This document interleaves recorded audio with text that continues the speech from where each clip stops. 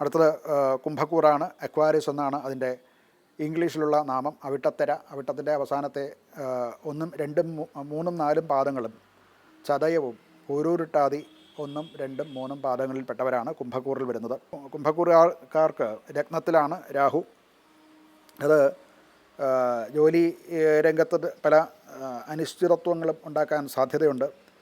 Communication സംബന്ധമായിട്ടുള്ള കാര്യങ്ങളിലൊക്കെ ചില പ്രശ്നങ്ങളും ചില ചേഞ്ചസും ജോലിയിലും ഒക്കെ അവനവനിരിക്കുന്ന സ്ഥാനത്തു നിന്ന് മറ്റൊന്നിലേക്ക് മാറേണ്ടതായിട്ട് വന്നേക്കാം.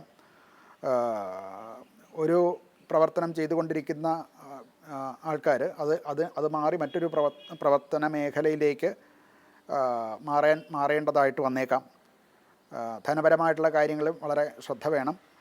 അതില്ല എന്നുണ്ടെങ്കിൽ കളിപ്പിക്കപ്പെടാൻ അഥവാ ചതിയിൽ പെടാനുള്ള സാധ്യത കാണുന്നുണ്ട്. സ്പെക്കുലേറ്റീവായിട്ടുള്ള ബിസിനസ്സോ അല്ലെങ്കിൽ പണ സംബന്ധമായിട്ടുള്ള ബിസിനസ്സോ ഒക്കെ ചെയ്യുന്നവർ വളരെ ശ്രദ്ധിച്ച് ചെയ്തില്ല എന്നുണ്ടെങ്കിൽ അവിടെ ചില കഷ്ടനഷ്ടങ്ങൾ ഉണ്ടാകാനുള്ള സാധ്യത കാണുന്നുണ്ട്.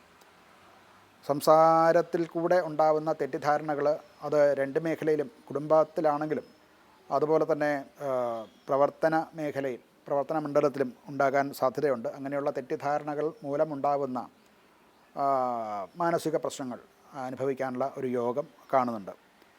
ഇവർക്ക്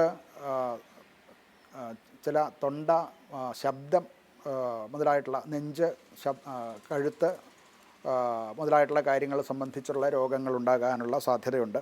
അങ്ങനെയുള്ള രോഗങ്ങൾ, വായ, തൊണ്ട സംബന്ധമായിട്ടുള്ള രോഗങ്ങളുള്ളവർ കുറച്ച് കൂടുതൽ ശ്രദ്ധിക്കേണ്ടതാണ്. അത് ഒന്ന് കൂടി കൂടുതലാകാൻ ഉള്ള സാധ്യത കാണുന്നുണ്ട്. ഇവർ ശനിക്ക് ഗ്രഹശാന്തി ചെയ്യുന്നത് നന്നായിരിക്കും. സൂര്യനും ശനിക്കും ഒന്നിച്ച് ചെയ്യണം ഗ്രഹശാന്തി. അതോടൊപ്പം തന്നെ ശാസ്താക്ഷേത്രത്തിൽ ദർശനം നടത്തുക, എള്ള് കൊണ്ടുള്ള നീരാജനം നടത്തുന്നതും, ശിവപൂജ ചെയ്യുന്നതും, ശിവപഞ്ചാക്ഷരം ജപിക്കുന്നതും, ശിവസഹസ്രനാമം ജപിക്കുന്നതും ഒക്കെ അനുകൂലമായിട്ടുള്ള ഫലങ്ങൾ പ്രദാനം ചെയ്യാൻ നല്ലതാണ്.